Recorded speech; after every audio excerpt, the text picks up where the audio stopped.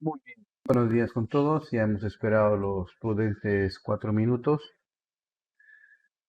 Estamos iniciando la sesión de hoy. Está el compañero José Alonso, está Tony, Sandro, Sergio Daniel, Ángel y Claudio César.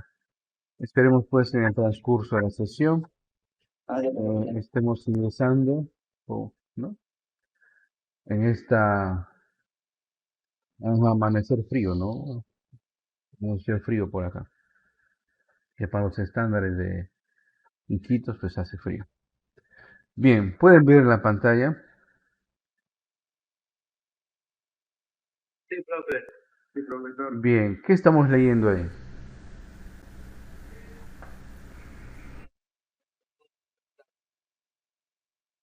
Sí, esta parte vamos a ver antes de pasar al virtualizador de una estructura y topología de red que ya les he solicitado hace 2 clases, si no me equivoco, descargarlo.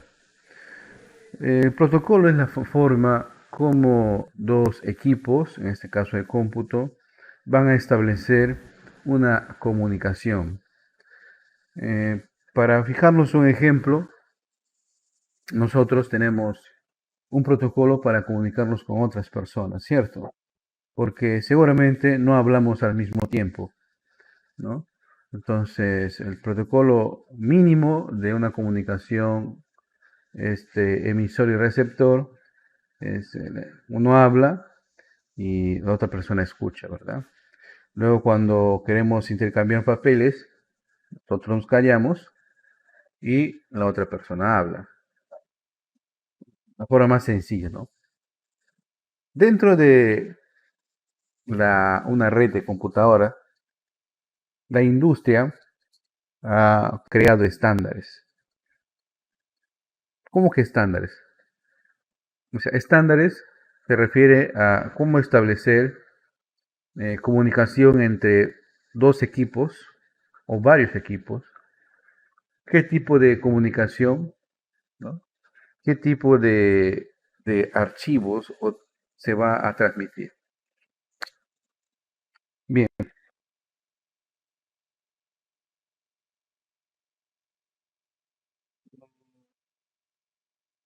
como podemos leer acá, dice protocolos de capa de transportes. Me voy a detener en esto primero para que se entienda bien la idea, lo de capa. Eh, para lo que es redes de computadoras, vamos a tener dos modelos, ¿no?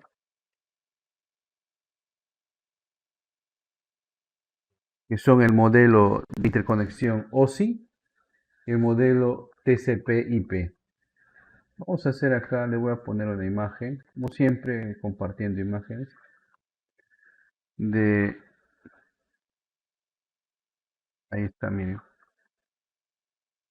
El modelo OSI es un estándar derivada de la estándar de la certificación internacional ISO. ¿Ok? El modelo TCP se llama así, es un modelo más antiguo. No digamos más antiguo, sino es otro modelo. Los modelos se subdividen en capas. ¿Y por qué es necesario hacer esta distinción? Porque vamos a tener distintas empresas, ensambladores,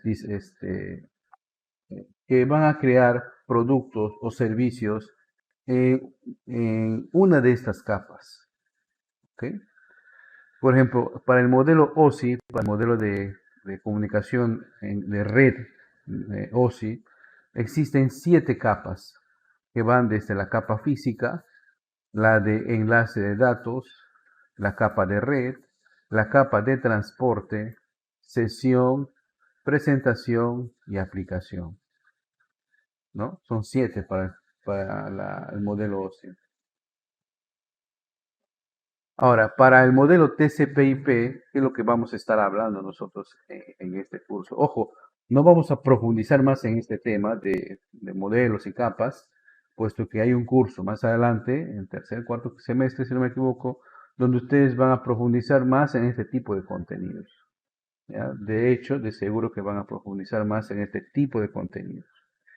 En el modelo de transporte, en el modelo de TCP/IP, tenemos, no 7, ¿verdad? Tenemos en realidad 4. ¿No? Tenemos abajo el acceso a la red, que vendría a ser o vendría a equiparar las dos primeras capas del modelo OSI. Y fíjense, luego tenemos el nivel de internet, que es igual al de red, el de transporte, que es igual al transporte. Esas dos no cambian, ¿no? Esas dos no cambian. Y arriba tenemos el modelo, perdón, la capa de aplicación, ¿no? Que vendría a englobar lo que es sesión, presentación y aplicación, ¿no? Permítanme también compartirles, ahí les comparto una imagen. En esta imagen podemos ver a detalle, ¿no? ¿De qué trata estas 7 capas del modelo OSI? Las 7. Miren, la primera es la capa física. En la capa física, pues se ve la forma de conexión, ¿cierto? ¿Por qué medios se van a transmitir, se van a transmitir los datos? Muy bien. Esperen un ratito, quiero responder a un compañero.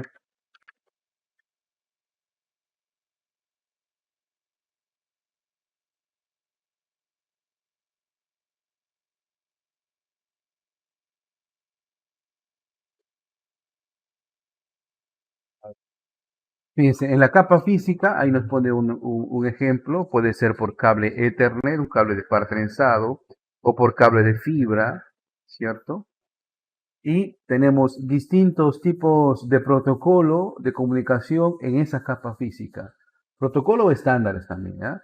El estándar RS-232, ¿no? Con los conectores RJ45, el B34, ¿no? La tecnología de transferencia de datos mediante cable Ethernet de 100 base TX, ahora estamos en 1000, 10.000, ¿no? O sea, sí, eso 100 hace referencia a megabits y muchos más, ¿correcto? Ahí vimos también DSL, el Wi-Fi, etcétera.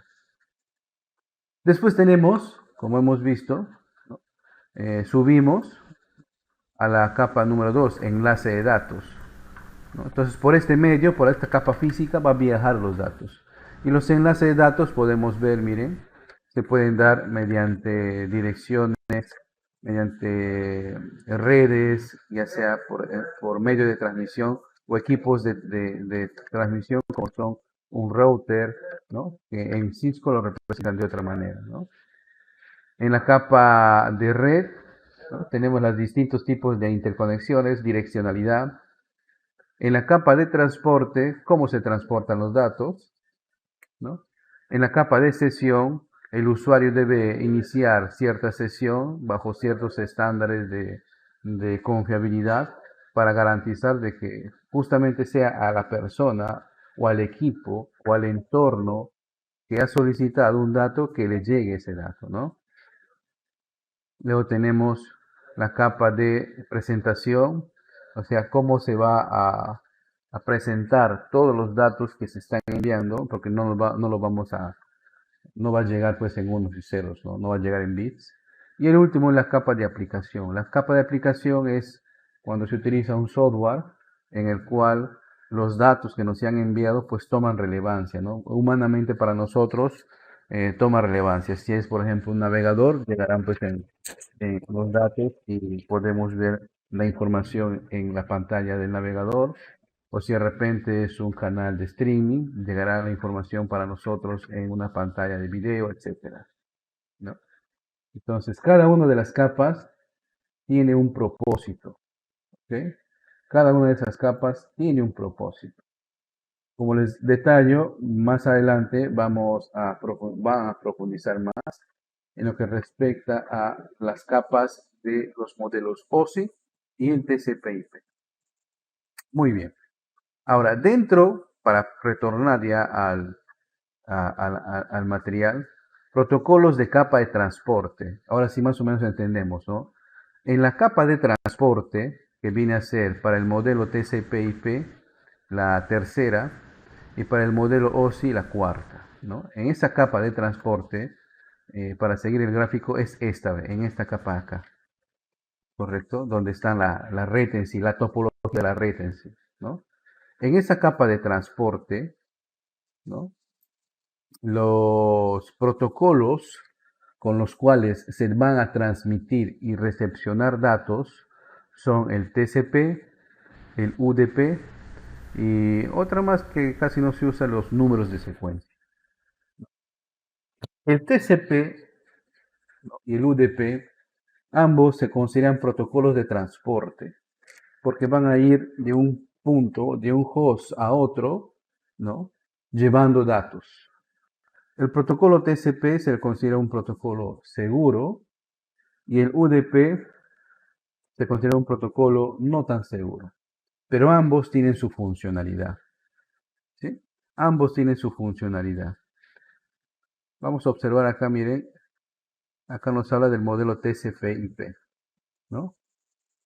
Ahora, resumiendo, ¿sí? Porque hay bastante teoría que ustedes confío que van a leer. El protocolo TCP es un protocolo seguro porque garantiza en el emisor y el receptor la cantidad de paquetes que se ha establecido. ¿A qué me refiero? Por ejemplo, vamos a enviar una imagen de un equipo a otro equipo, de un host a otro host, independientemente del tipo de red, independientemente de cómo se conecte, independientemente de los hardware intermediarios en la red. Entonces, esa imagen, ¿no? Se subdivide en bits, ¿no? En bits de datos, porque son unos y ceros, ¿no? Entonces, cada equipo, ¿no? Vamos a dibujar acá.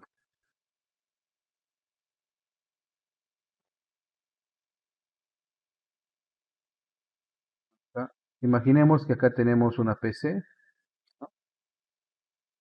Estamos en red con esta otra PC. Por el momento no nos interesa cómo se conectan estos equipos, ¿sí? Si es inalámbrico, si es por cable, si es fibra, si es coaxial, pero hay una conexión de red entre esos dos equipos. Entonces, este equipo, vamos a llamarle acá el PC1 y este es el PC2. El PC1 le informa al PC2 que le va a enviar una imagen, ¿no? Y esa imagen está subdividida en, vamos a poner acá, en 1024 bits, que lo va a transformar, vamos a decir, en 16 paquetes de datos, como si fuera un servicio de mensajería. Esta información la recibe el otro PC muy bien, el PC1 me va a enviar 16 paquetes de datos. ¿Ok? Entonces, y la comunicación que van a establecer es TCP. El protocolo que van a utilizar es el protocolo TCP.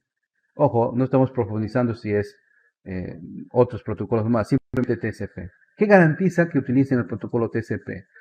Es que el TCP garantiza que el PC1 dice enviando paquete 1 y el PC2 le recibe y le responde, se envía el paquete 1. Y así, enviando paquete 2, el PC2 recibe recibido paquete 2. Enviando paquete 3, digamos por ahí que algo pasa, ¿no? Hay una especie de pérdida y dice, no hemos recibido el paquete 3. Entonces, ¿qué hace nuevamente el PC1? Reenviando el paquete 3 hasta que confirme que se ha recibido. Y así los 16 paquetes. Esto garantiza que obviamente, en este caso estamos tomando el ejemplo de una imagen, ¿cierto? De una imagen, que la imagen o los datos se mantengan y lleguen completos. Ahora, eh, profe, ¿y entonces para qué se utiliza el otro protocolo? Podemos preguntarnos, ¿no? Es una pregunta válida. Vamos a hacer un recorte acá. El otro protocolo, el UDP, ¿no? Se utiliza para lo siguiente. Miren, ¿ah? Hay ciertos servicios que por su naturaleza, no necesitamos que los equipos confirmen la recepción de los datos. Por ejemplo, vamos a suponer que el PC2 hay un usuario iniciado una sesión y está siguiendo una transmisión en vivo desde YouTube, por ejemplo, ¿no? Una transmisión en vivo. En este tipo de transmisión no se va a utilizar o no se tiende a utilizar el protocolo TCP, sino el UDP, ¿no? Protocolo de transferencia de usuario, ¿no? Ese es el TCP, ¿no? Y el protocolo de datagrama de usuario es el UDP. ¿Por qué no se utiliza? Porque en realidad en una transmisión en vivo, de un podcast, o cuando escuchas una música en vivo, ¿no? Este, los bits de datos están constantemente llegando, ¿no? A nuestro equipo, ¿cierto? Los bits de datos. Si es imagen o video, pues va a llegar a cierta calidad, ¿verdad? Entonces, no se sabe, no se conoce o no necesita conocer cuántos paquetes vamos a enviar. Simplemente es el streaming, en este caso el servidor de YouTube, manda paquete 1, recibe el paquete 1. Paquete 2, recibe el paquete 2. Paquete 3, nunca llegó el paquete 3, pero seguimos recibiendo. Paquete 4 recibido. ¿Correcto? A veces no van a negar que cuando estamos escuchando una música en vivo o viendo una transmisión en vivo, a veces se pierden los datos, ¿no? La imagen se degrada un poquito, pero seguimos, ¿no? Seguimos viendo o escuchando la transmisión. Entonces ahí no hay una direccionalidad doble, simplemente el usuario PC2 en este caso está recibiendo los paquetes de datos. Hemos tratado de hacer en estos dos ejemplos, ¿no? Más o menos que se comprendan. El TCP garantiza la entrega de todos los paquetitos de datos, porque esos paquetes de datos al final van a ser armados, van a ser texto, van a ser imagen, van a ser música, van a ser películas, van a ser documentos, van a ser hojas de cálculo, van a ser presentaciones, lo que sea.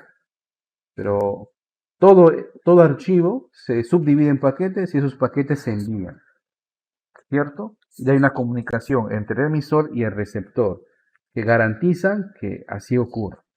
Pero hay ciertos servicios en el cual no se mantiene eso. Y para ese tipo de transferencia se utiliza el UDP. ¿Sí? Por ejemplo, cuando jugamos los primeros juegos en red, por ejemplo, sí utilizaban UDP. Porque si no recibe un paquete, el juego no va a parar, ¿verdad? Seguimos en el juego. Y ahí está. Muy bien. Ahora, cada uno de estos protocolos, el TCP, por ejemplo, tiene otros subprotocolos que se utiliza, hoy se ve en la capa de aplicación. Por ejemplo, cuando vamos a transmitir archivos, copiar archivos, descargar archivos de un servidor, podemos utilizar el protocolo FTP, ¿no? Protocolo de transferencia de archivos, File Protocol Transfer, ¿no? Cuando vamos a utilizar un navegador web, pues los datos que van a venir van a ser en el protocolo HTTP, ¿no? Y en la capa de aplicación, ese tipo de datos son leídos exclusivamente por los navegadores web. Y ahorita estamos en la versión HTTP versión 5, si no me equivoco, ¿no?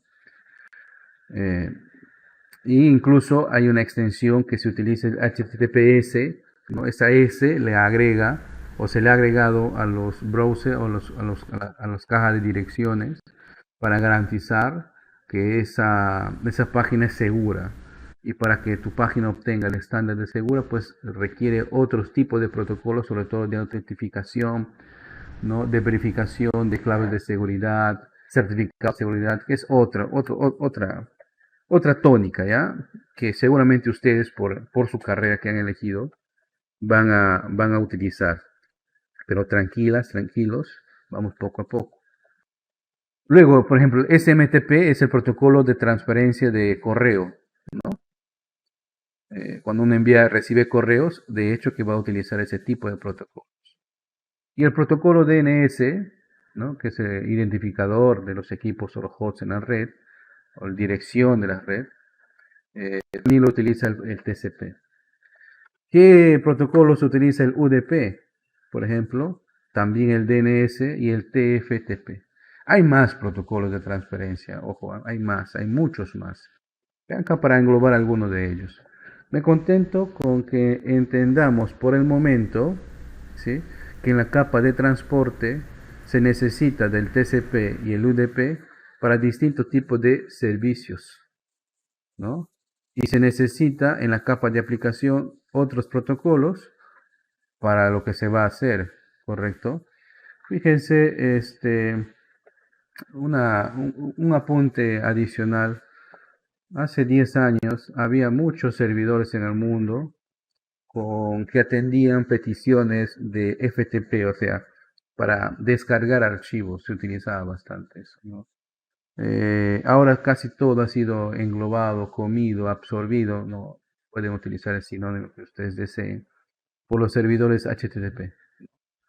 Eh, ya poco a poco las empresas han ido apagando y dejando de se fuera de servicio a sus servidores FTP, o sea, servidores que se encargaban netamente de la transferencia de archivos ahí para hacer descargas masivas y todo eso, ¿no? Todavía hay algunos por ahí, ¿no? Pero casi todos han migrado a HTTP porque en los nuevos estándares, en el 5 por ejemplo, se ha logrado una gran ventaja, ¿no? Cuando salió el estándar HTTP versión 5, estándar, ojo, el estándar, fue el inicio del fin de uno de los programas que en su momento llegó a ganar el monopolio de la navegación en red del Internet, que fue el Adobe Flash Player. Creo que ustedes ya nunca, nunca llegaron a utilizar este aplicativo o este plugin o este complemento que se les ponía a los navegadores. ¿Por qué? Porque fue un estándar en su momento. No, no podías navegar, no podías descargar, no podías ver videos, no podías interactuar con algunos programas si no tenías este complemento instalado en tu navegador, ¿no? El Adobe Flash Player. Eh, Fue dejado por la industria porque eh, cuando uno descargaba a veces estos programitas, también daba paso a su equipo a malware, ¿no? Ya prácticamente los navegadores de ahora no tienen este complemento. Es más, el sistema operativo 10, Windows 10, Windows 11 no permite la ejecución de aplicativos que tengan o exijan este complemento. A tal punto, por ejemplo, yo les había pasado un programita que corría en Windows, ¿no? Que era para virtualizar el ensamblado de una PC. Y los que se han dado el tiempo seguramente han descubierto que cuando quieres ejecutar el programa, te sale ese mensaje, ¿no? Del Adobe Flash Player. Windows 10 no lo ejecuta, no lo hace. Entonces, profe, y si quiero utilizarlo, ¿qué debo de hacer? Al tal punto lo beta que ni siquiera la opción de configuración de versiones anteriores en Windows te permite hacerlo. Lo que se estila hacer en estos casos es instalar en el PC un software de virtualización que puede ser el VMware o el VirtualBox. Yo en particular instalé en mi PC hace 2 días el VMware, ¿no? Permítanme, les comparto su icono. ¿Dónde está su icono?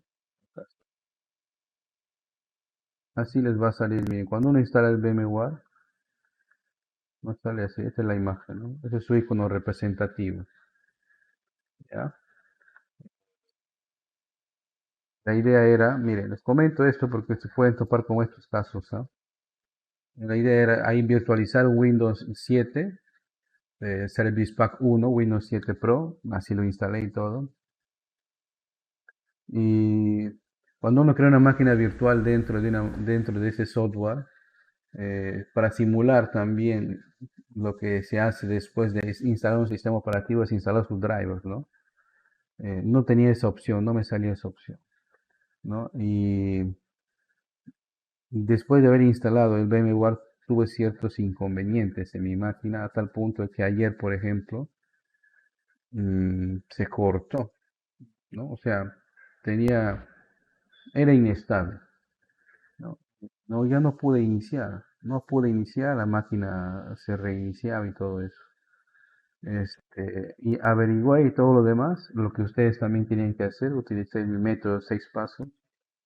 Bueno, y llegué a deducir y descartar que no era, ¿no? Encontré que hay una cierta incompatibilidad, por ejemplo, en mi modelo de mi placa madre con este programa. Tuve que hacer ahí unos ajustes. Bueno, todavía sigo ahí descubriendo, ¿no? Pero ya no, no tengo el problema ya que mi máquina se deja de funcionar, no se cuelga. Entonces eso quería comunicarles también y seguramente eso han visto ustedes cuando han intentado instalar en sus equipos ese programita que les he pasado, ¿no? Bien, eh, abajo, abajo, ¿no? Abajo de la capa de transporte, o sea, abajo de la capa de TCP o el UDP, en la capa de red o de internet, ¿no? Eh, tenemos un protocolo que es el protocolo IP, ¿ya? Eh, el protocolo IP es un protocolo de identificación o protocolo de Internet que físicamente y lógicamente le asigna direccionamiento a un host en la red. Recuerden la palabra host significa o genéricamente se le llama así a todo equipo, se le llama así a todo equipo que está conectado en una red, ¿sí? Sea esta conexión por cable o por inalámbrico, ¿ya? Eh, de este direccionamiento, de esta versión IP, perdón, de este protocolo IP, hay dos estándares internacionalmente conocidos. El IP versión 4, que lo vamos a encontrar escrito así, ¿no? El IP versión 4. Y tenemos otro que es el IP versión 6. Miren, hace 20 años se decía que el IP versión 4 eh, iba ya a dar paso a las 6, ¿no? Pero ya estamos 2022 y eso no ha pasado. Y creo que no va a pasar, ¿ya? Creo que no va a pasar. Ya detallo más adelante por qué eso no va a pasar. Y otras cositas, miren. En el TCP nos dice, ¿no? 3 operaciones básicas de confiabilidad. Numeración y seguimiento de segmento de datos, los que les decía, ¿no? Cuando se transmiten datos, un paquete, una cantidad de datos se subdivide en paquetes, 30, 20, 50, ¿no? Y eso se enumeran y se envían, ¿no? Y se garantiza el envío y la recepción. El acuse de recibo de datos, el mismo proceso que hemos explicado hace un momento, estamos leyendo acá. Retransmisión de cualquier dato sin acuse de recibo después de un periodo. Solamente que si lo leemos así, de esta manera, poco lo vamos a entender, ¿verdad? Numeración y seguimiento de datos, ¿a qué se refiere? La numeración y seguimiento de datos se refiere, acá en este ejemplo, a que tanto el emisor y el receptor se ponen de acuerdo cuántos paquetes van a recibir y cuántos paquetes van a enviar, ¿no? Acuse de recibo de datos. El acuse de recibo de datos se refiere a que cuando el PC1 le enviaba un paquete, el PC2 le avisaba que sí lo recibió, ¿no? Y cuando no lo recibe, lo retransmite. ¿Ya? Cuando no lo recibe, lo retransmite. A eso se refiere estos 3 acápites o puntos que nos detallan acá. Solo que leerlo así suena un poquito medio técnico, ¿no? Y también tenemos lo mismo para el UDP. Muy poca sobrecarga o verificación de datos. Esto es importante, ¿por qué? Porque el TCP es un protocolo que exige y satura también la comunicación en el ambiente de red. Porque por cada paquete que se envía hay una comunicación de ida y de vuelta, ¿no? Te estoy enviando un paquete 1 y el receptor dice, recibido el paquete 1. En cambio, en el UDP simplemente se envía, se envía, se envía, se envía. No se pregunta su recepción. Entonces no saturas mucho la red. Protocolo de entrega de mejor esfuerzo, no confiable. Claro, se dice que es no confiable, no es porque no sea seguro, sino es no confiable porque no sabes a ciencia cierta si todos los datos han llegado. Sin acuse de recibo de destino, claro. Constantemente cuando estás viendo una descarga, un streaming en YouTube, tu equipo no le va a decir, pues me ha faltado este pedacito de imagen, ¿me puedes enviar? No, ya pasó. Seguimos transmitiendo. ¿Ok? Muy bien. Hasta aquí, ¿alguna consulta en lo que respecta a los protocolos de transferencia de TCP?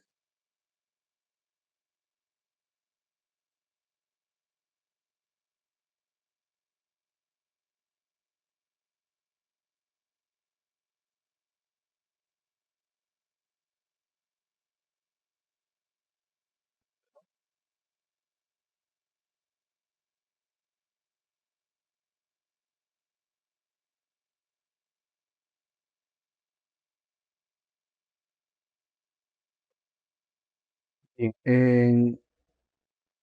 En Cisco, en NetAcad, cuando ustedes llegan, ¿no?, a estas secciones, este es un video en realidad, ¿no? Pero en la mayoría de ellos están en inglés, ¿no? Y nos tratan de resumir, igual acá también nosotros, esto también era un video, miren, ve, ¿ya?, donde explica la transferencia de estos datos. Cuando uno envía y recibe paquetes en la red, al igual que en el ejemplo que decía de los puertos, hay puertos exclusivamente numerados para ese tipo de envíos, ¿no? En la comunicación de red de computadoras existen 65.536 puertos, numerados del 1 hasta el 65.534. Perdón, va del 0 al 65.535. ¿Ya?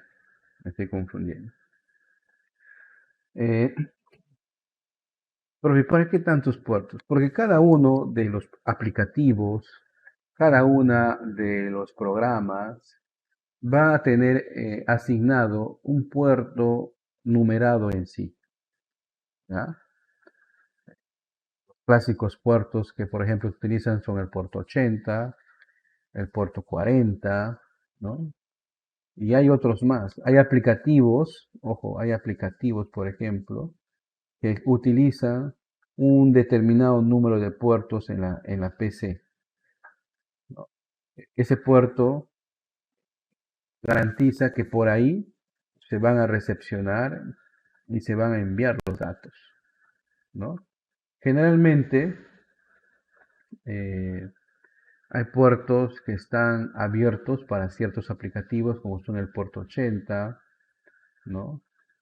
El puerto para correo, etc. No vamos a entrar mucho detalle, ¿ya? Pero no todos, ojo, no todos. Acá les comparto una imagen, por ejemplo, de algunos puertos y qué aplicativos o programas utilizan esos puertos. A ver, vamos.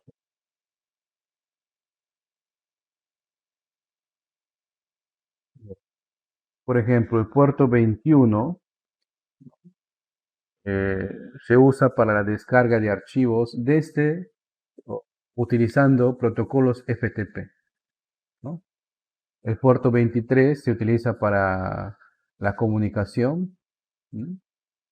El puerto 25 para correos, el puerto 80 se utilizaba y se sigue utilizando para páginas web, ¿no?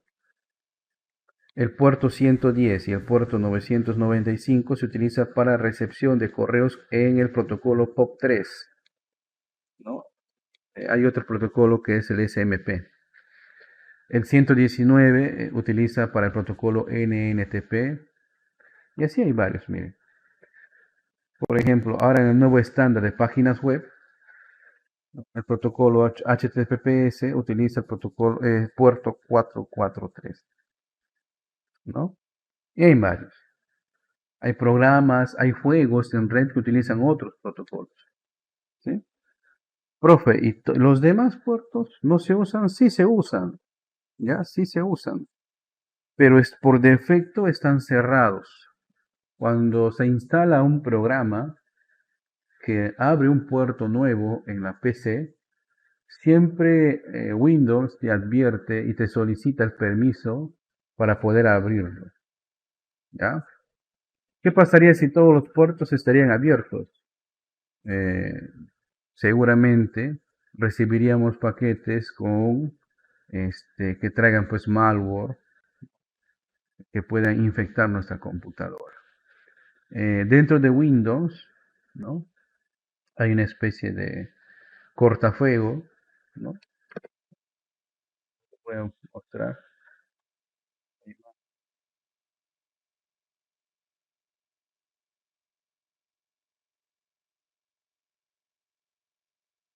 Dentro de Windows, y eso seguramente lo va a tener todo sistema operativo.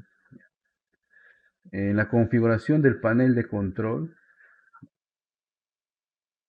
hay una opción de firewall o cortafuego, lo que se le llama, ¿no? Caramba. Que tiene este icono, mira. En esa parte del sistema o de la configuración del sistema operativo, nosotros podemos configurar qué puertos o qué aplicativos van o no van a tener permisos para transmitir o recibir datos dentro de nuestra computadora, ¿ya? Ahí es donde se configura. ¿Por qué es importante eso? Es importante porque así nosotros estamos limitando, ¿no? O no limitando, la palabra sea reduciendo o minimizando la posibilidad de que software malintencionado, ¿ya? Descargue o envíe información de nuestro equipo. Y es aquí lo relevante, por ejemplo, ¿no? Que tiene el hecho de conseguir software y aplicativos no piratas. Pero nuevamente lo que uno hace cuando va a, por ejemplo, a instalar un sistema operativo Windows, normalmente no se instalan y luego configuramos o compramos una licencia, ¿verdad? Lo que se estila hacer es utilizar un craqueador o un activador, que se lo puede descargar de la red, ¿no? Y cuando uno va a activar o instalar estos craqueadores o activadores que supuestamente hacen que Windows no me esté pidiendo licencia, lo que uno hace es internamente dentro del panel, dentro del Windows, ¿no? Estamos autorizando, ¿no? Estamos autorizando que cierto aplicativo tenga acceso a cierto puerto en el PC, porque Windows te consulta, ¿no? Este aplicativo quiere hacer modificaciones en tu equipo, ¿aceptas? Sí, dice. Y como usted nota que no pasa nada, ¿no? Bueno, ahí sigue utilizando, incluso lo puedes recomendar, pero internamente seguramente este software ha abierto algunos puertos para recibir y transmitir información que se está dando en paralelo, ¿no? Hay muchas funciones dentro del sistema operativo que se dan en paralelo, ¿no? Por ejemplo, cuando abrimos el administrador de tareas, podemos ver que hay muchas funciones ¿no? Se están ejecutando al mismo tiempo en la computadora. Una de ellas podría ser, por ejemplo, de cuando tú has activado tu Windows con un paquetito, con un software, le hayas permitido además que este software se conecte a su servidor en alguna parte del mundo y que te comience a enviar datos de repente delicados de tu computadora, ¿no? Por ejemplo, número de tarjeta de crédito, contraseñas, que capture contraseñas, o que al final tu computadora se convierte en un zombie, ¿no? ¿Cómo fue un zombie? Digamos, a nivel mundial, algún equipo de ciberdelincuentes quiere hacer un ataque a un servidor, y como tú has descargado su programita y tu equipo se ha infectado, en paralelo, sin que tú sepas, estás enviando miles de solicitudes de datos a un servidor. Pero tú sigues trabajando normal, no notas eso, ¿no? Entonces tu equipo y miles o millones de equipos en el mundo que han sido infectados con ese malware, pues están enviando solicitudes a un servidor y esos servidores colapsan, pues, ¿no? Son un tipo de ataque. Entonces, por eso yo a estas alturas ya no se recomienda estar descargando y activando Windows o cualquier otro programa con estos programitas. Aparentemente es benigno, es gratuito, no pasa nada. En realidad no es así. No olviden, estamos abriendo algunos puertos, estamos autorizando que cierto programa tome control de ciertos puertos en la computadora y vaya a saber para qué. ¿Ya? Entonces, tengan cuidado. Bien, eso es lo que respecta a los puertos de comunicación. No olvidar, todos los paquetes llegan a algún tipo de puerto. No todos los puertos de la PC están abiertos. Ya saben por qué, ¿no? Y cuando nosotros instalamos programas, muchas veces estos programas nos piden tener un control de estos puertos. Muy bien. Acá también detalles respecto a los puertos. Habla de protocolos de transferencia de VLANs. Vamos a pasar esto, ¿ya? Habla de tecnología de transferencia de Bluetooth, de celulares, 4G. Muy bien. Vamos acá. Acá también hay un video, ¿ya? Los servicios en la red. Esos protocolos nos interesan. Protocolos DHCP, el DNS y el HTTP. Yo les invitaría en algún momento, bueno, cuando están leyendo, o sea, desarrollando el curso en el Cisco, normal de que puedan leer, ver esos videos. Está en inglés alguno de ellos, pero creo que al final se va a entender. Al final se va a entender. Bien, dentro de una red, ojo, dentro de una red, eh, cada uno de los equipos cumple una función. Acá, acá le pone como rol, ¿no? Eh, existe una forma de conectar en red que es utilizando la arquitectura cliente-servidor. ¿Qué significa la arquitectura cliente-servidor? Que hay hosts o equipos en la red que se encargan de atender a otros equipos, ¿no? A ellos se le conoce como servidores, ¿no? Que al final sigue siendo un host, ¿ya? Hay servidores de archivos, servidor web, servidor de correos, servidor, bueno, hay una serie de tipos de servidores que lo van a ver ustedes en el quinto semestre, ¿ya? Estos servidores atienden solicitudes a equipos que se consideran clientes, ¿no? Por ejemplo, si quiero acceder a una base de datos, a un archivo, ¿no? O ver una película, entonces un cliente en la red solicita eso al servidor y el servidor lo atiende, ¿no? Seguramente se dará un estándar o un protocolo TCP/IP, ¿verdad? Entonces, pero ojo, eso no cambia el nombre genérico en la red, siguen siendo hosts, ¿ya? Siguen siendo hosts. Estos siguen siendo dispositivos finales, eso que quede claro, ¿ya?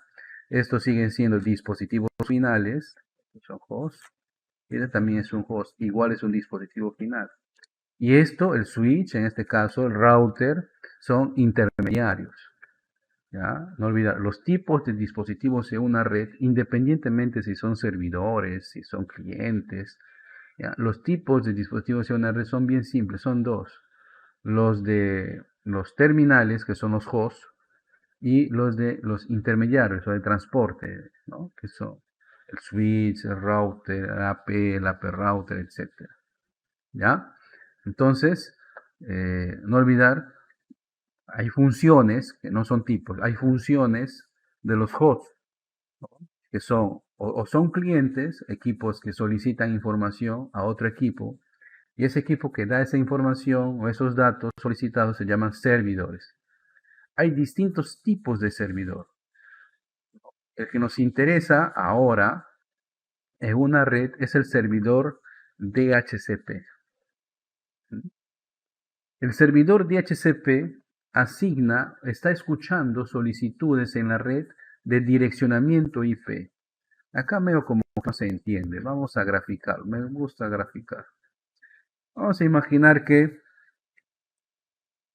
acá yo tengo un switch. Tengamos acá una PC. Muy bien.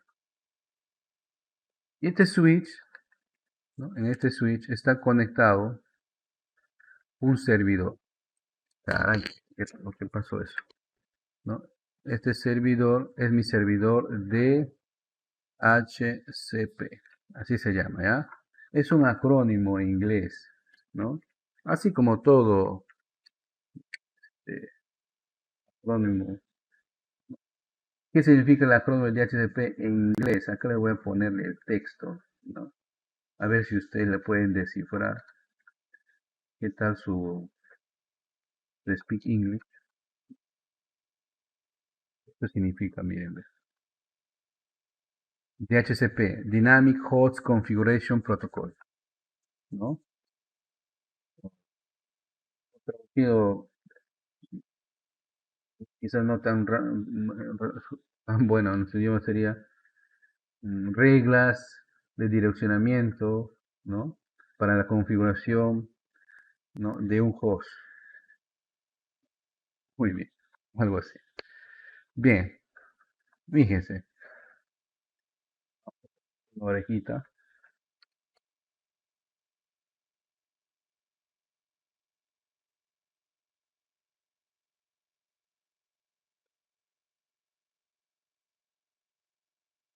Los servidores DHCP, muy grande la oreja, ¿no? Ahí está. Son equipos que están conectados. Vamos a suponer que esto está conectado a nuestra red. Son equipos que constantemente, ¿no? Están a la escucha de solicitudes, ¿no? Pero, ¿qué tipo de solicitudes? Ah, voy a poner acá. Siempre que se termine entendiendo.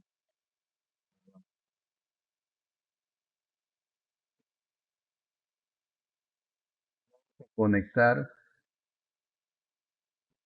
nuestra computadora, la vamos a conectar en la red, ¿no? Entonces vas y físicamente conectas la PC al switch. Entonces ya está en red, ¿correcto?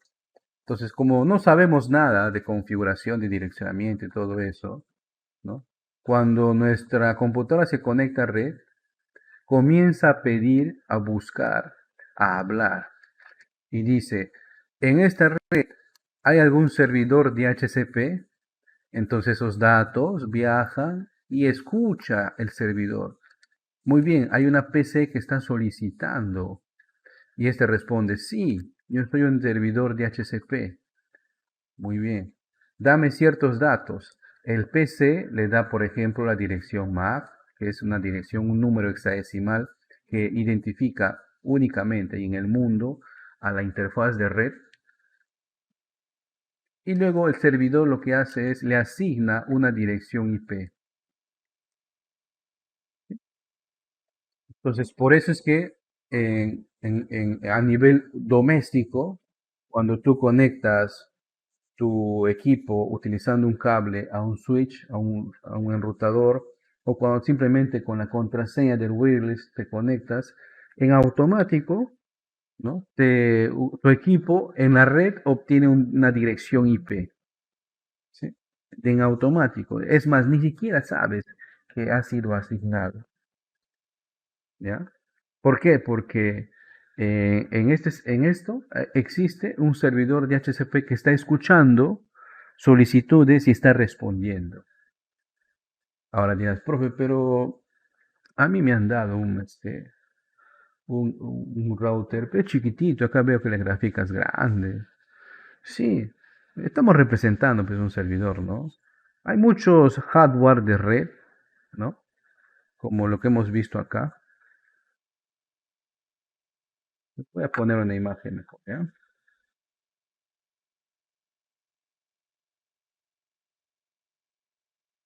Cuando uno va a comprar a veces en las tiendas, vamos a ver acá. Por ejemplo, vas y te compras uno de estos. Mira, vas y te compras uno de estos. Es una marca conocida, no vamos a hacer acá publicidad de la marca, pero es una de las más conocidas, ¿no? Que es un AP router, miren, ve. Este AP tiene embebido, la palabra embebido significa que ya viene así, un ROM, una memoria ROM con un circuito en el cual se ha instalado un servidor que justamente es un servidor de DHCP. O sea, este equipito, a la vez que funciona como un switch, como un enrutador, con un punto de acceso porque es inalámbrico, también dentro tiene un circuito, un programita que le hace funcionar como un servidor de DHCP, ¿no? Y este servidor de DHCP se le asigna, le asigna a los equipos conectados un direccionamiento. Correcto. Entonces, estos equipos ya vienen con ese sistemita. Entonces, no necesariamente, ojo a esto, grandes equipos pueden ejecutar pues solamente como función de servidor de HCP. ¿Ya? Muy bien. ¿Alguna pregunta hasta acá?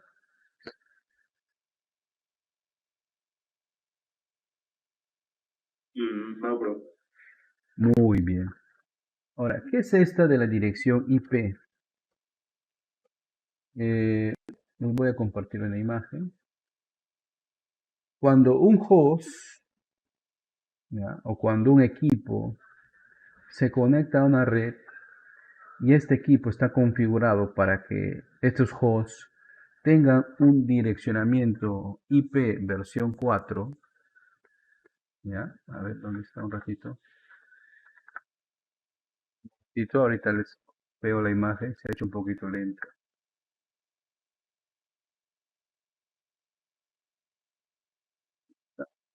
Carlos,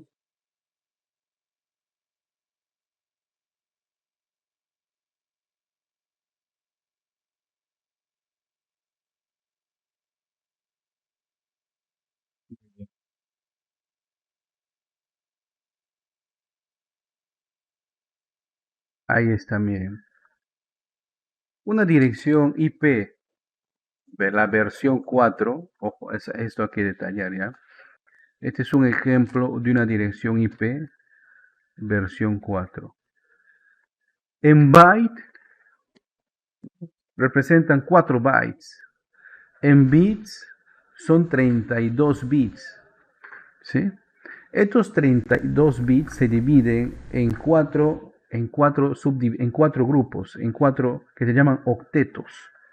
¿Por qué se llaman octetos? Porque cada uno de estas cuatro tiene 8 bits. O sea, un byte, míreme, un byte, un byte, un byte, un byte. 8 bits.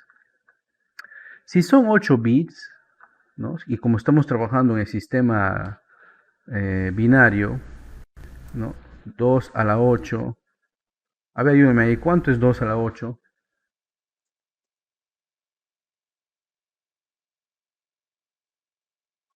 Es 2 a la 8, muchachos.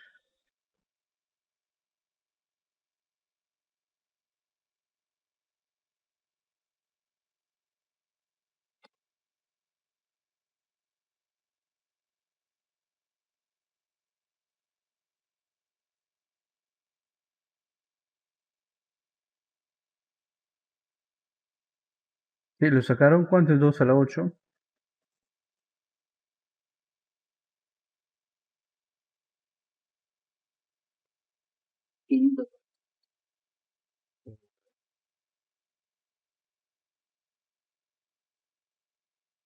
Un poquito de matemática.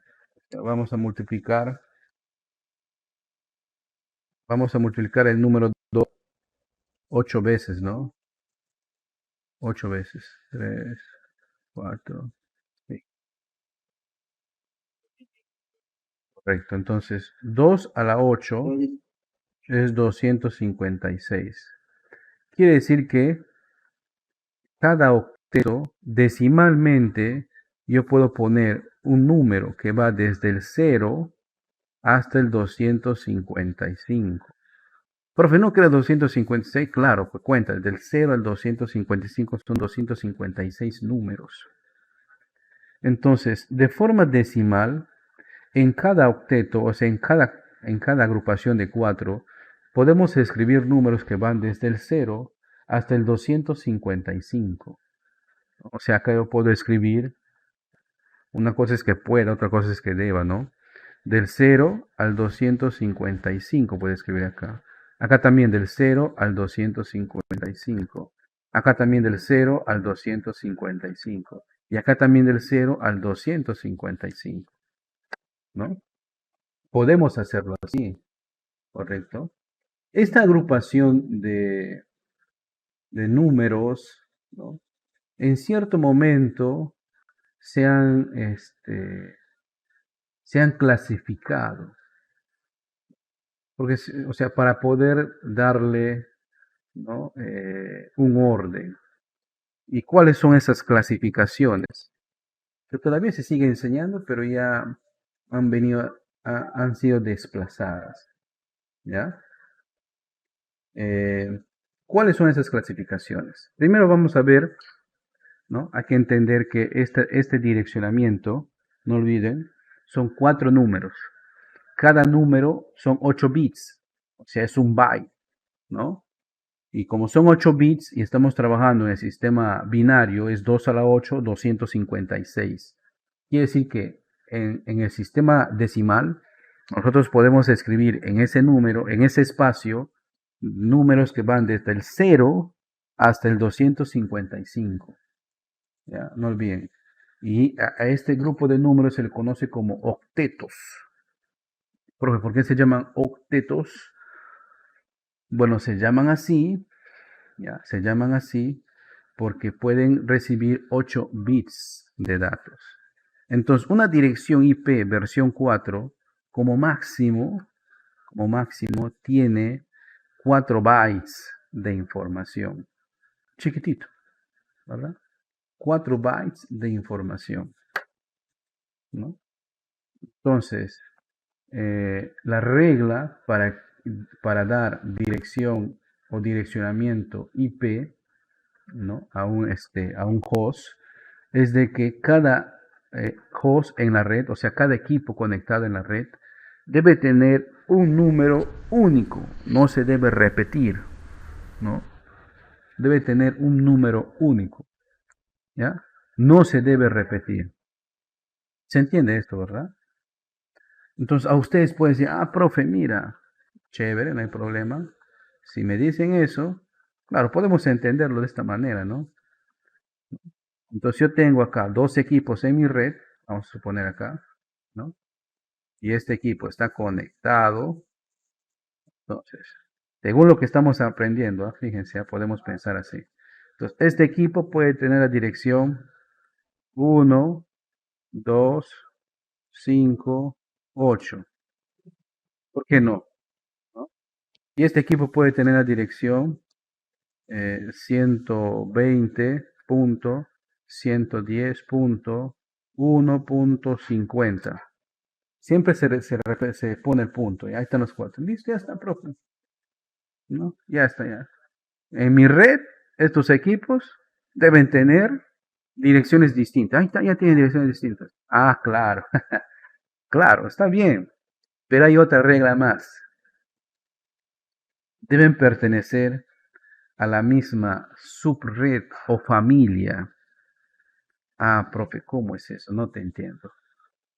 Y para eso voy a valerme de una imagen, ¿no? Por ejemplo, a ver, voy a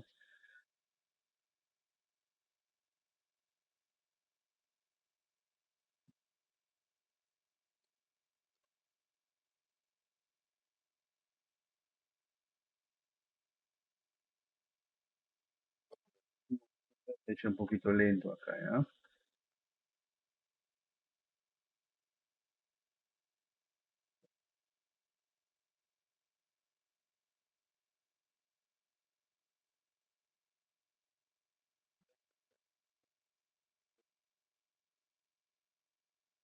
Sí, un ratito.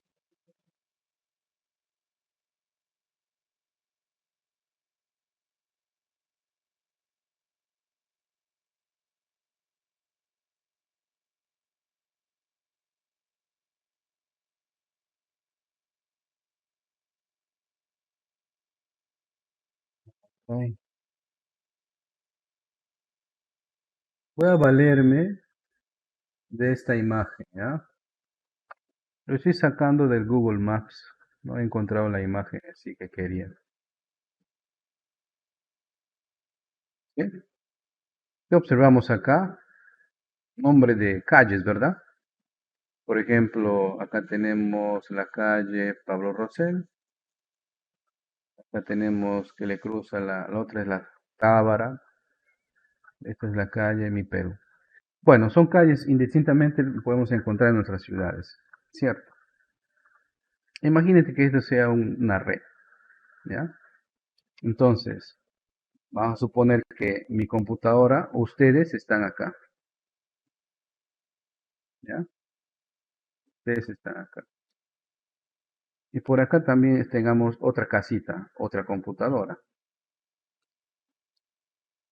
Entonces, como ustedes saben, en una calle se organiza, nuestra forma de organizar la numerología, identificación de las casas, es por cuadras, ¿no?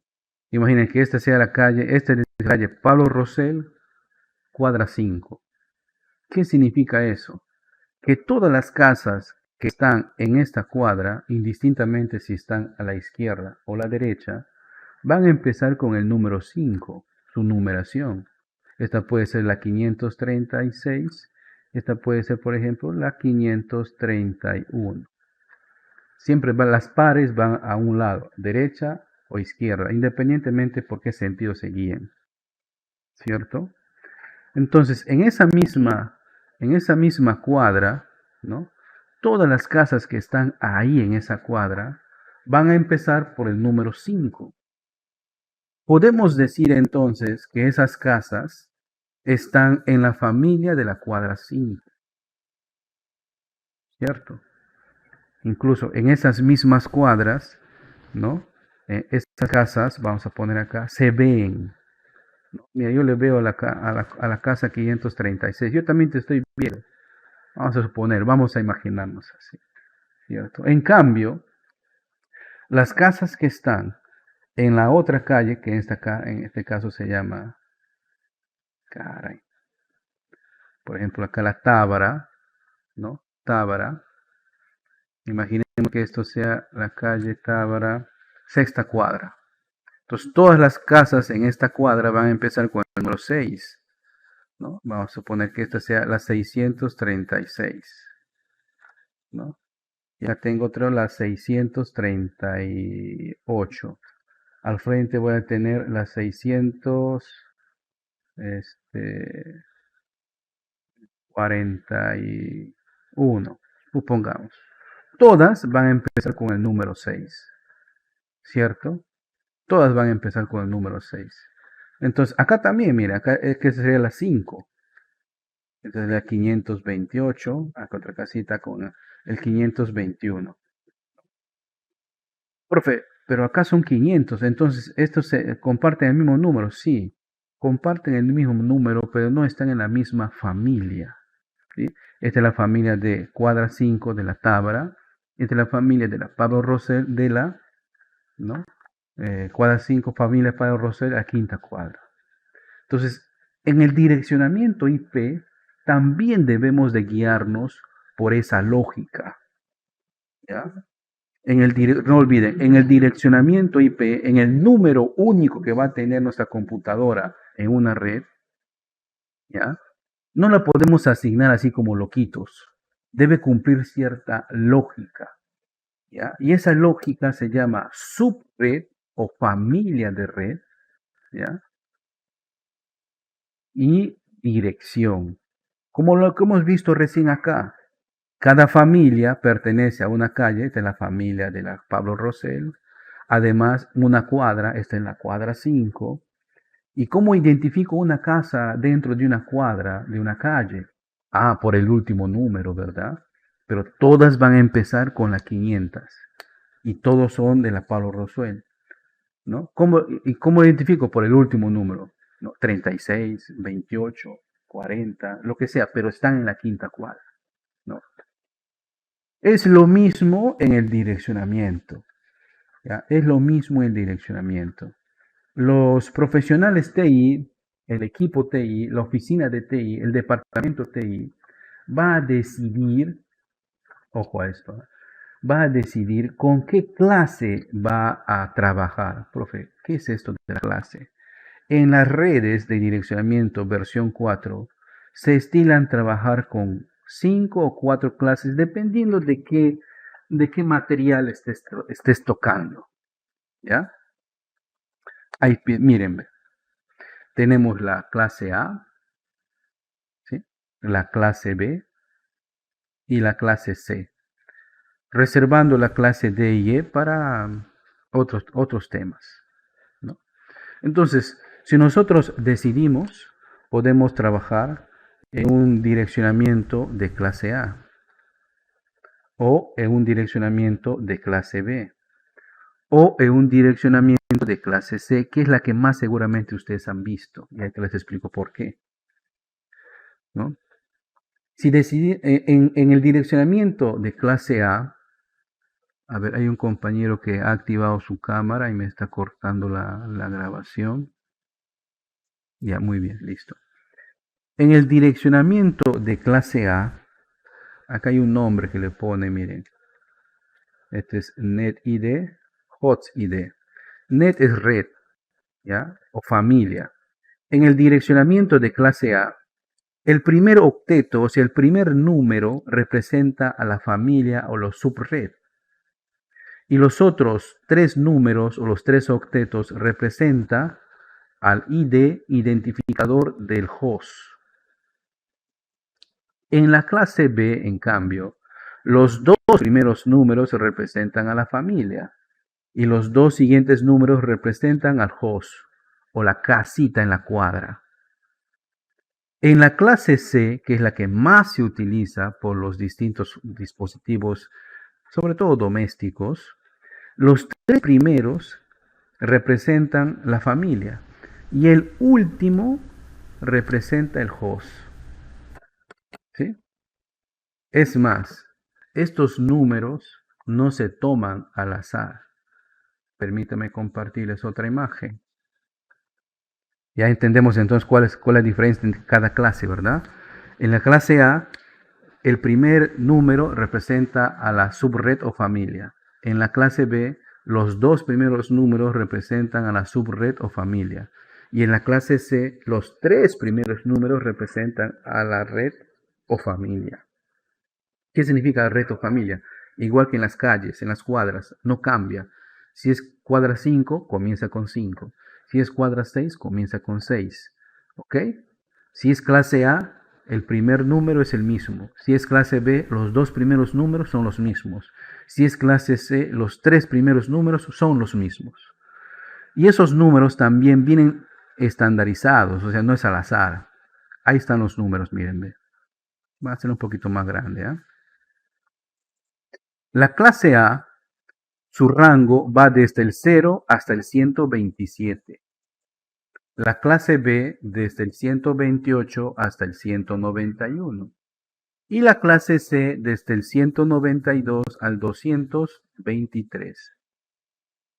¿Ok? Repito. El rango de los números en decimal de la clase A va desde el 0 hasta el 127. ¿Ya? La clase B desde el 128 hasta el 191. Y la clase C va a empezar desde el 192 hasta el 223. ¿Ok? Entonces repito. La clase A, el primer octeto, va a empezar del 0 hasta el 127, no más. Ahí es clase A. La clase B va a ir desde el 128 hasta el 191, ¿ya?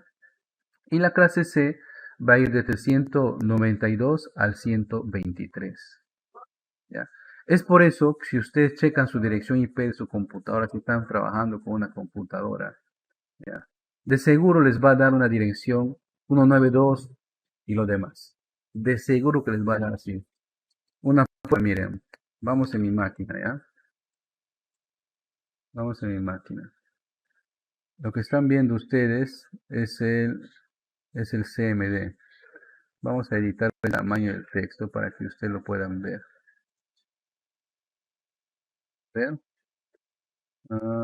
Fuente, vamos a poner números por hoy. Vamos a cambiar ahí. Ahí está grandote, miren, ¿ven? Para que lo puedan ver ustedes, ¿ya? Ahí está mi PC. Antes era así la computación, ¿no? Yo estudié así, con un PROM. Voy a salir de este, ¿eh? Miren, el comando para poder chequear el direccionamiento IP de la computadora es el ipconfig. Presionamos Enter y fíjense, dependiendo de la cantidad de interfaz de red que tengas, te va a dar una o varias direcciones. Fíjense, esta es mi dirección IP versión 4 de mi equipo, miren, ¿ven? Y como les decía, va a empezar por 192. ¿Qué significa que empiece por 192? Que la clase de dirección IP que tiene mi equipo es clase C, ¿ya? Y ahorita les explico por qué siempre es clase C, profe. Y si ustedes checan, si se dan un tiempo en sus computadoras, ¿no? En el 90% de los casos van a tener esa dirección, 192. O sea, va a empezar por 192. Lo que significa, repito, que nuestro equipo, nuestra PC, está recibiendo direccionamiento IP de clase C, de esta. Casi siempre se utiliza esta, ¿ya? Profe, ¿y por qué casi siempre se utiliza esta? Y aquí va la explicación. Miren, ¿ah? Cuando estamos utilizando las direcciones IP de las distintas clases, vamos a tener distintos rangos de direcciones IP, como lo estamos viendo acá en este cuadro. Es más, esta imagen, les voy a pasar al chat para que también lo puedan ver con detalle, ¿eh?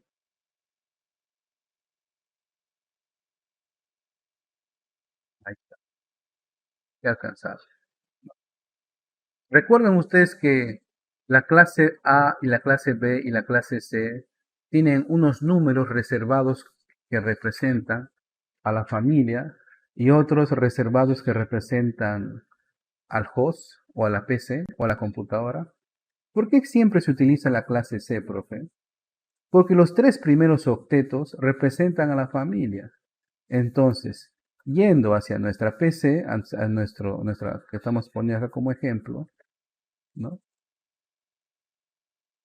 Vamos a poner acá, a borrar esto. Entonces, nosotros podemos chequear que este equipo es el 1, ay, carajo, es el 192.168.1.11. Esto puede ser el 192.168.1.12. Claramente acá vamos a identificar que el direccionamiento IP que estamos viendo es tipo de clase C. Profe, ¿por qué? Porque los tres primeros números no cambian, son los mismos. Esa es la familia o la subred, ¿no? Y el último número es el que identifica al host. Entonces, el 11 y el 12. ¿Correcto? El 11 y el 12.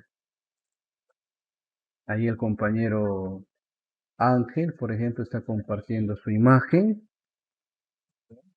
Y podemos ver efectivamente que está conectando a una red mediante Wireless. Ahí está Wi-Fi versión 6.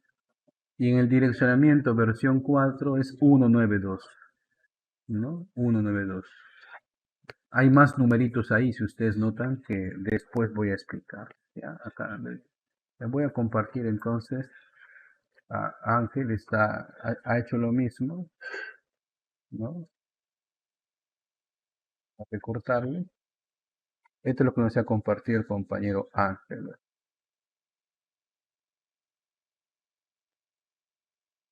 Ángel tiene interfaz de red y entre ellas fácilmente tiene un adaptador LAN Wi-Fi, ¿no? Que en la IP versión 4 tiene este número, mírenlo. El 168.197.246. Si Ángel checa otro equipo de su casa, estos tres primeros números van a ser los mismos. Y este último es el que va a cambiar. ¿Ya? Ojo, pero que estén conectados al mismo enrutador, al mismo switch, ¿ya? Ese es el que va a cambiar. Ahorita ya vamos a explicar qué son otros estos números, profe. Ahí te vamos a ver. ¿Sí? Es clase C. Profe, ¿y por qué siempre vienen configurados por clase C? Ah, y acá viene este número. Las familias que empiecen con números de clase C, podemos formar cuántos hosts puede tener el equipo. 2 a la 8 menos 2. Ya hemos calculado cuánto es 2 a la 8, ¿verdad? 2 a la 8 es 256 menos 2, 254. Quiere decir que si nosotros utilizamos una familia de clase C, en nuestra red podemos tener 254 equipos conectados a esa red. Y por eso es casi siempre que en uso doméstico van a optar por una familia clase C, porque es bien raro que en una casa tengan 254 equipos conectados a la red. Imagínense ustedes. ¿Sí? Pero, profe, ¿qué pasa cuando ya la dirección porque una empresa grande, obviamente se va a pasar de esa cantidad de equipos, ¿verdad?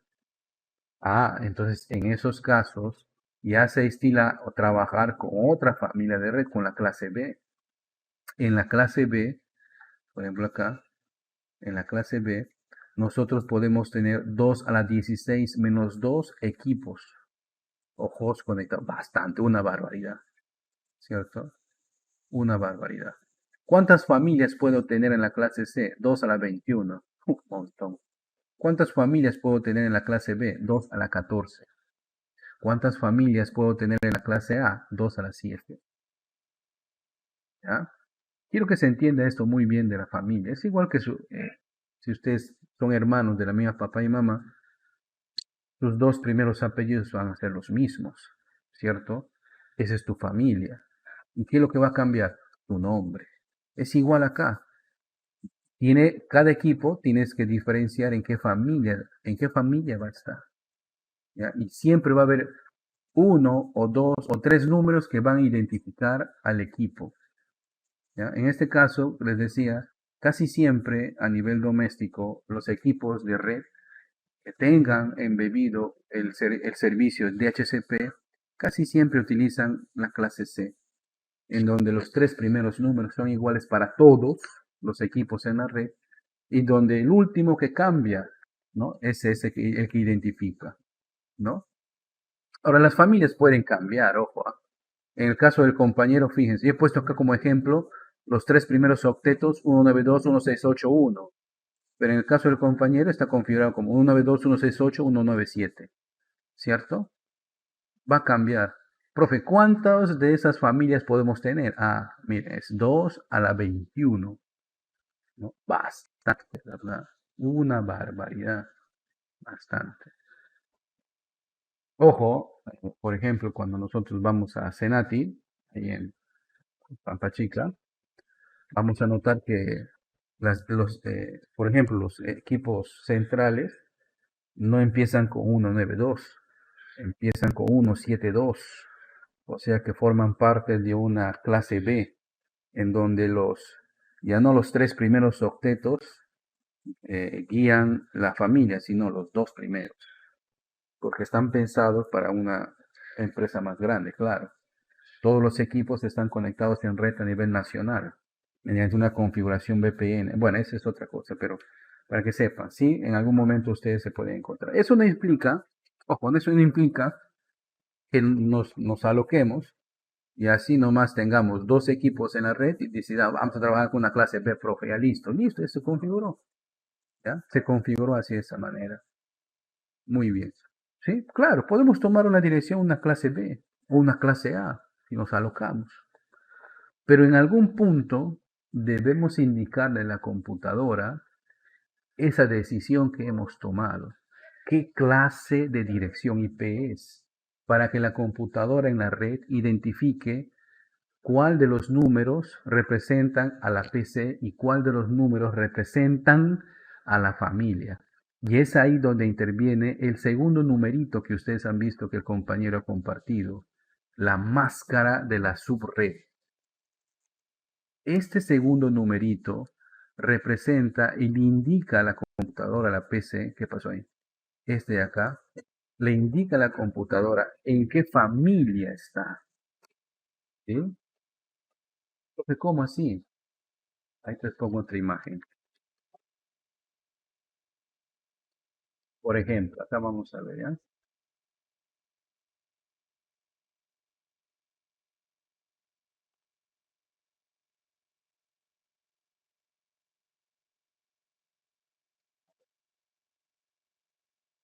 En este cuadro lo podemos ver. Cuando nosotros queremos indicar a la computadora que vamos a trabajar con una familia clase C, entonces, en este segundo número que todos los direccionamientos deben tener, que es máscara de subred, en este segundo número, por lo general vas a notar el 255, 255, 255, 255. ¿Qué significa eso? Que los tres primeros octetos ya están utilizados. Y es el último el cual se reserva para el host. Cuando la computadora identifica eso, quiere decir que para hacer un mapeo de la red solamente va a chequear el último número. Esa es la clase C. ¿Ya? También se le representa la clase C como /24. ¿Por qué se le representa así? Porque los 8 bits primeros ya están siendo utilizados. ¿Sí? Ya están siendo, porque han puesto el máximo número 255. Entonces, 8 por 3, 24. Si nosotros decidimos trabajar con una familia o de direccionamiento clase B, la máscara que debemos digitar es esta, 255, 25500. ¿Qué le indica a la computadora eso? Que los números que identifican a la PC o al host son los dos últimos, ya no el último, sino los dos últimos, ¿no? Y como acá estamos usando 8 bits, y 8 bits a veces se le representa como /16, o sea, 2 por 8, 16. Y si hemos decidido, a veces nos alocamos, ¿no? Ahí vamos a ver las prácticas en el taller. Si hemos decidido trabajar con una clase A, entonces en la máscara debemos poner solamente 255000, ¿no? O /8, /8. ¿Qué significa eso? Que solamente el primer número identifica a la familia y los otros tres números identifican a host. Identifican a host. ¿Ya? Cuando estamos configurando, muchas veces ese numerito, la máscara de subred, se coloca en automático. ¿Sí? En automático se coloca. Tú pones tu dirección y ¡pum! Automáticamente se comenta así, 25535, porque se entiende, o cuando se ha diseñado estos programas, lo han entendido así, ¿ya?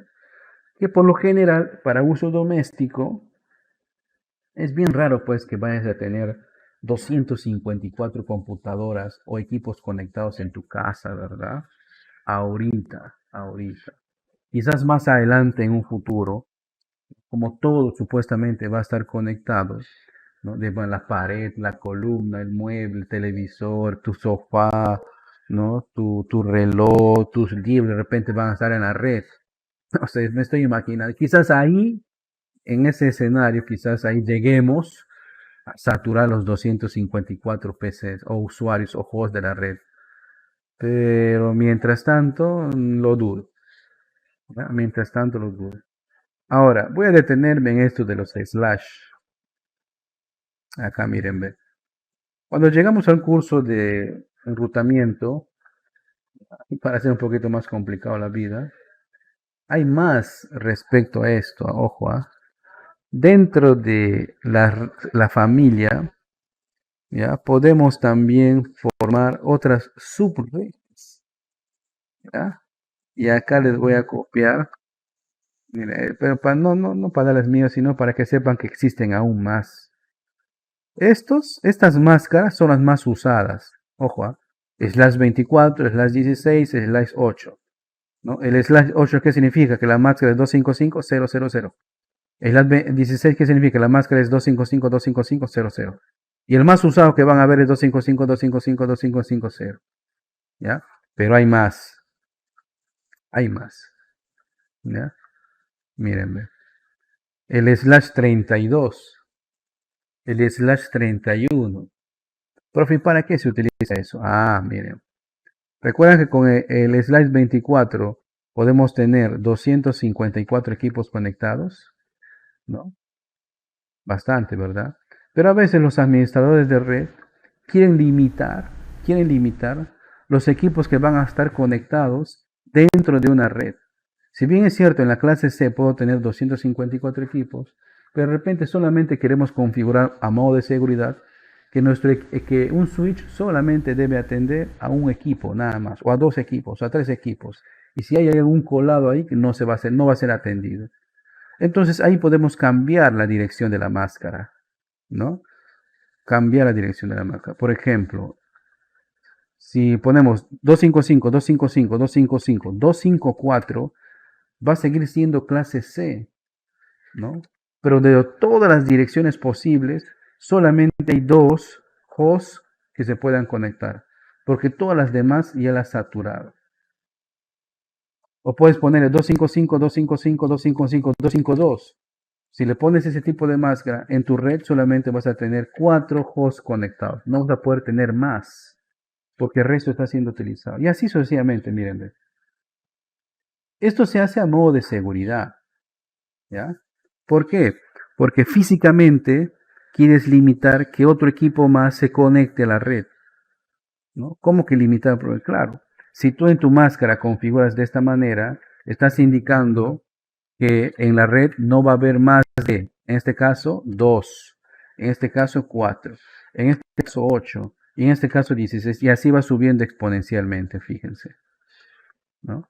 Eso ya es un trabajo más detallado que seguramente lo van a hacer ustedes en el curso de enrutamiento y direccionamiento, ¿no? Que es un curso también de Cisco.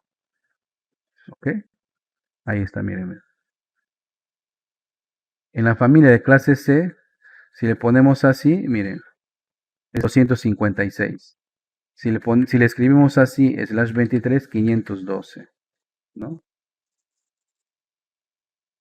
Y si le ponemos así, va aumentando, pues, ¿no? Normalmente lo que se hace, estos primeros números, estas primeras configuraciones que ustedes ven acá, esto, generalmente los administradores de red o en la práctica de talleres de red, lo que se hace es sobre todo a nivel de servidor. ¿A qué me refiero? Cuando en nuestra configuración de red, ¿no? Seguramente nuestro servidor va a estar conectado a otro switch, ¿no? Superior, y estos switch a su vez van a tener otros servidores, ¿no? Digamos un servidor de HCP, un servidor de archivos. Y tú sabes de que en esta red de acá no vas a tener más que solamente 3 equipos, porque solamente tienes 3 servidores, 3 equipos, ¿no? Aunque ahí en tu switch de repente vas a tener físicamente espacio para poner muchos más. Y tú no quieres que eso ocurra, porque quieres que solamente aquí en esta red haya 3 servidores. Entonces haya solamente 3 direcciones IP, ¿no? Entonces, si es así, entonces el administrador de la red seguramente Va a decir, ah, vamos a poner esta máscara, ¿no? Pero tres, no, para cuatro, pues, para cuatro. Vamos a suponer que... Entonces, ¿qué haces con eso? Limitas la cantidad de hosts que físicamente se pueden conectar a la red. Ya, pero es un trabajo más detallado, ¿ok? Muy bien, ahí está. Entonces decía que a nivel internacional existen organizaciones que se encargan de registrar y direccionar estas direcciones IP a nivel mundial, ¿no? Las primeras direcciones IP, las públicas, ¿no? Es las IANA, ¿ya? Entonces asigna y geográficamente en Latinoamérica, en Estados Unidos, en Europa, en Asia, existen otras subdivisiones que lo que hacen es registrar esas direcciones IP. Entonces, la dirección IP tal pertenece, digamos, a Senati. La dirección IP tal representa a Telefónica. La dirección, entonces, a eso se refiere el compañero con IP pública. ¿Ya? IP pública. Acá les comparto una imagen, miren. Una IP pública, carambas, ¿qué pasó acá? Está haciendo lento la pobre. Una IP pública quiere decir que ese número internacionalmente, ¿sí? Internacionalmente es conocido y te pertenece, ¿no? Vamos a suponer que este IP es de Leonard. Leonard ha comprado a la IANA esta IP, el 82.129.80.111. Y con eso se conecta a Internet. Vamos a suponer, ¿ya? Entonces, pues, internamente Leonardo va a tener otros equipos que están conectados. Esta es la IP pública, ¿correcto? Que todo el mundo sabe que le pertenece a Leonardo. Pero Leonardo internamente tiene otros equipos conectados, otras necesidades, otras subredes. Entonces, internamente en tu organización, tú tomas la dirección, qué clase elegir, qué máscara elegir. Este se conoce como IP privada, ¿correcto? Pero vagas verdades, Leonardo pues, no ha podido comprar, ¿no? Generalmente las direcciones IP públicas se asignan a proveedores de servicio de Internet, que es ISP en inglés, como por ejemplo Telefónica Movistar. Y Movistar internamente en su red te vende, te alquila o te subarrienda direcciones. Y por lo general, internamente en la red de cada proveedor, internamente en la red de cada proveedor, tú tienes una dirección privada. Privada no para ti, para tu casa, sino privada para el proveedor que te está vendiendo. ¿Ya? Eh, por ejemplo, tú puedes chequear, ¿no?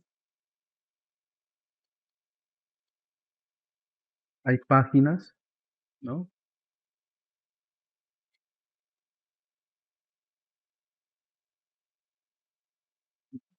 Hay páginas, por ejemplo, acá les muestro esta página que se llama ¿Cuál es mi IP? Google. Por ejemplo, mi IP pública, o sea, mi proveedor de servicios de Internet, ¿no? Se conecta a la web, a la red, con esta IP pública, miren, ¿ve? Con 179.43.85.162. Entonces, a nivel mundial, esta empresa ha comprado esta IP pública y todos en el mundo saben que esta IP le pertenece a esta empresa. Y esta empresa, a su vez, es la que internamente me provee una dirección IP. Esa IP que me provee esta empresa ya no es pública, sino es privada. ¿Privada para quién? Para esa empresa.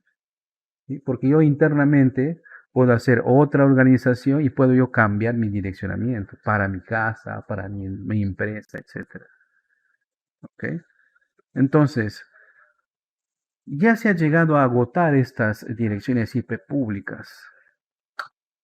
Entonces Cisco y un par de empresas más llegaron a tener la idea. Miren, como ya se está agotando las direcciones IP versión 4 públicas, hay que crear un estándar más, pues, ¿qué te parece? Creamos el estándar IP versión 6, ¿no? que en lugar de tener 4 octetos, tiene más.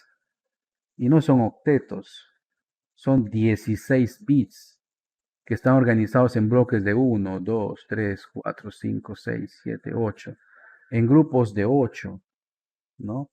Entonces, si usted multiplica, hace un momento decimos que el IP versión 4 tenía de 32 bits, ¿verdad? Si multiplicamos acá 8 por 16, 128. No, 128, no olvide, tiene 128 bits, ¿no? En cambio, el 4 tenía 8 por 4, 32 bits, ¿no? Y con 32 bits, ¿cuántos octetos puedes formar? 2 a la 32. ¿Ya? Ahí vamos a calcular cuánto es 2 a la 32. Voy a sacar mi calculadora científica. 2, ¿dónde está el exponente? Ahí está, elevado a la 32. Ahí está, podemos formar, carambas, ahí está, ¿verdad? Ese es el número, voy a copiarlo. Le voy a pegar acá. ¿Cómo se lee este número? 4.994.967.296 direcciones puedes tener. Y ya se están agotando. Y como se van a agotar, entonces han pensado, vamos a crear la versión 6, que es 128 bits, o sea, 2 a la 128. Ya se imaginarán que es un número tremendamente grande, ¿verdad? A ver, 2 a la 128. Ridículo, ¿no? Es un número estratosférico, ¿no? Miren, ni siquiera sé cómo leerlo. Es 3.4 por 10 elevado a la 38. Cuando se creó la red, este número parecía inalcanzable. No creo que vamos a llegar a ocupar esta cantidad de direcciones IP. Pues ya se saturaron, fíjense. Ya se han saturado. ¿Mm? Entonces, por eso han creado por la versión 6. Y lo que se pensó con la versión 6 es que cada equipo en el mundo iba a tener una dirección única, ¿no? Cada equipo en el mundo iba a tener una dirección única. Eh, Profe, ¿por qué no prospera eso? Y ahí interviene, ¿no? Los famosos dominios. Ya vamos a explicar eso en la siguiente clase. Dominio. Por ejemplo, este dominio, miren. senati.edu.pe. ¿Sí? senati.edu.pe tiene una dirección IP pública. Pero aparte de senati.edu.pe, vamos a suponer que sea 172.16.8.25. Pero dentro de senati.edu.pe, dentro de estos servidores, dentro de este dominio, Senati tiene otros subdominios, como son sus correos, el Blackboard, comunicación interna, su intranet, etcétera. ¿Correcto? Y para cada uno de estos servicios internos, Senati no necesitó pedir otra dirección IP pública, simplemente con el dominio. La proliferación de servidores de dominio o DNS en el mundo ha hecho que, por el momento, todavía la versión IP versión 6 no sea muy popular, ¿no? A tal punto que, por ejemplo, acá en el Perú, tú te puedes comprar ¿no? un dominio. Tú te puedes comprar. Hay varias empresas locales que venden dominios, pero una de ellas es esta, por ejemplo, .pe, ¿no? En donde tú te puedes comprar, por ejemplo, tu dominio Leonardo Coral, ¿no? Buscas acá, ¿no? Y ahí están los dominios en venta, miren, ve. Por un año, el .com.pe te vale 110 soles. Solamente el .pe te vale 110 soles también. Ahora, con el punto .node, punto .pe, el punto .net, punto .pe, el punto .org, punto .pe vale 20 soles, baratito. El punto .edu, punto .pe, el punto .go, punto .pe, el punto .mil, punto .pe, que están reservados por organizaciones educativas, gubernamentales y militares dentro del Perú, valen 120, 110 soles. ¿Ya? Y ahí está. Tú te compras un dominio, ¿no? Y eliges, pues, ¿no? Tu dominio va a ser leonardocoral.pe. Y es en esta empresa donde tus servidores DNS van a asignar que este dominio te pertenece. Y luego te alquilas un hosting.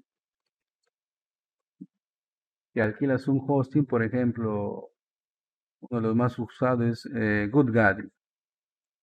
Ahí está.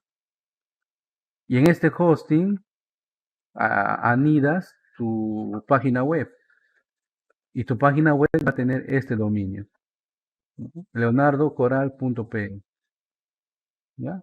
Hay una serie de detalles más, pero listo. En ningún momento, en todo eso que te estoy explicando, has tenido que solicitar una dirección IP versión pública, ¿sí? En ningún momento. ¿Sí? Esto es lo que ha frenado un poco el avance de la direccionamiento versión 6. Es lo que ha frenado un poco. Pero supongo que en algún momento se va a usar, se va a estandarizar. Veamos cuándo sea.